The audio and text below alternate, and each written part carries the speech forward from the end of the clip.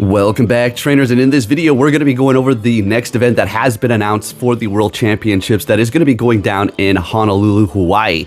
Now, I'm not going to be personally going myself. I did just take a trip to Maui. I'm personally a Maui guy. I really, Honolulu's cool and all, but I already took my trip. I knew what I was doing. I knew they announced this. But with that said, let's go ahead and get into this. We have a very exciting day, folks. Didn't get up a video yesterday, but we're going to go ahead and get up a couple, maybe even 3 today. So look out for that. Have notifications on. So let's go ahead and go over this. We are going to be skipping over the actual championships data information when they're streaming it because I don't care. Okay? No offense to people that are going, but I just don't care.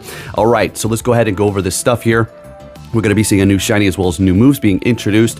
And then again, make sure you do have notifications on because we have big news about Niantic finally putting the word Dynamax and Gigantamax in the game. So the World Championships 2024 is going to be going down Friday, August 16th at 10 a.m. until August 20th at 8 p.m. local time. Now, the bonus just kind of tripped me out here for a second. I thought it was overlapping the whole takeover event, but we're going to get back to that here in a second.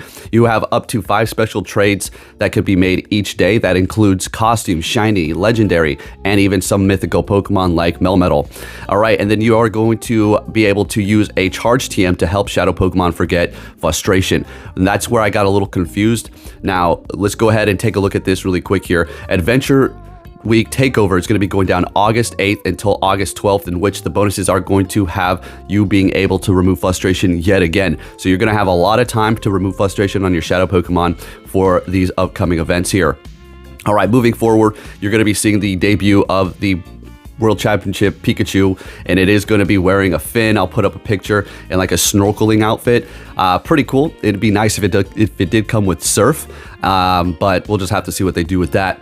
Avatar items to celebrate the whole World Championships. You are going to be seeing a blue and white variant of those shirts with the actual design of what the Pikachu is going to look like with the snorkel gear on. It'll be funny if it was actually kind of floating in midair like it was swimming, but we'll just have to see what they do with that.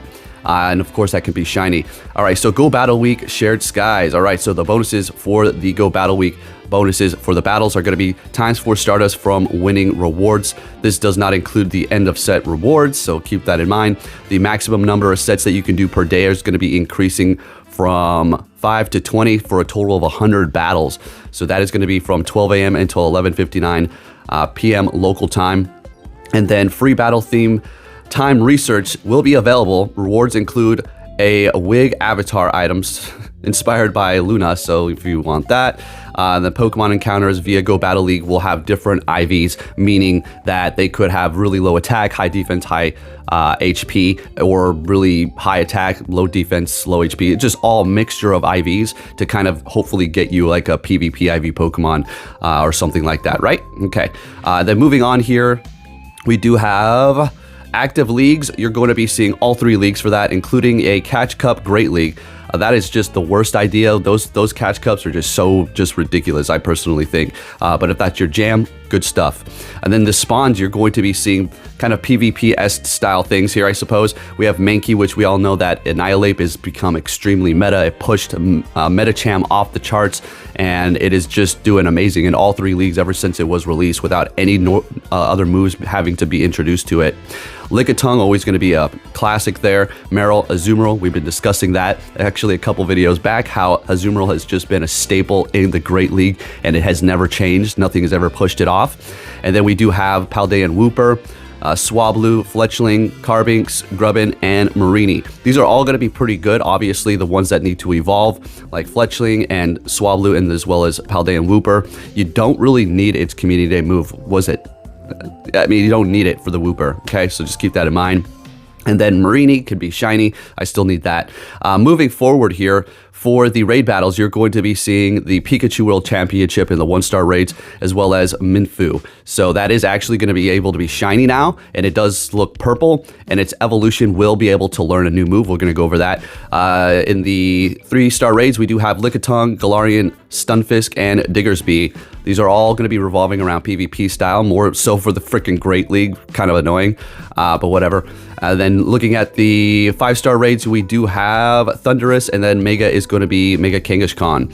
And then for the 1-star shadow raids, we do have Magneton or Magnemite, Dratini, Wooper, and Gligar. And then in these 3-star raids for the Shadow, you do have Wooper, Kirlia, and Sableye. All right, and then the field research task that you're going to be able to see here does include the Pikachu, Mienfoo as well, and then Marini. We do not know what those are going to require you to do, but those are going to be out there for you to get. And then, of course, you have a random Swablu in there. And then it wouldn't be an event without a paid ticket. You already know what it is. So for $5 or equivalent in your area, you will be able to receive 1 premium pass, 25,000 Stardust, an encounter with the event-themed Pokemon such as Azumarill, Vigoroth, Cresselia, and more. So it's already looking like pretty good ticket to buy. I don't know if that Cresselia is going to come with that legacy grass knot, because that is going to be a legacy for Cresselia, and it is going to be almost necessary for you to have it. But since we did have the rise of Skeledirge kind of shutting down Cresselia, having grass knot is still going to be good, but then having a tricky future sight alongside Moonblast could throw off those Skeledirges, which personally is happening to me, so that is another option for you. And then featured attacks. Certain Pokemon encounters during this event will know these attacks. Lickitung will have Body Slam, and then Mienfoo will have High Jump Kick. All right, so there you have it. Okay, pretty good stuff there. And then moving on here, if you do evolve these Pokemon, you're going to be able to receive this. So Quagsire evolve Wooper during this event to learn the charge attack Aqua Tail. That's going to be a community day move. Altaria is going to learn Moonblast, another community. This is all community day moves. Charjabug will learn Volt Switch, of course, when you evolve it, and then Talonflame will learn Incinerate. All right. So there you have it for those moves. Which one do you, I mean, Talonflame's good. Quagsire with Aqua Tail is pretty okay. Altaria with Moonblast, pretty good, because it does have that Mega Evolution that does go into part Fairy. Not that you're using a Mega Altaria for anything. And then Charjabug with that Volt Switch could be also pretty useful for you. All right, folks, and then what else we have? I think that's pretty much all the news I have going down here for you. And finally, no, that's pretty much it.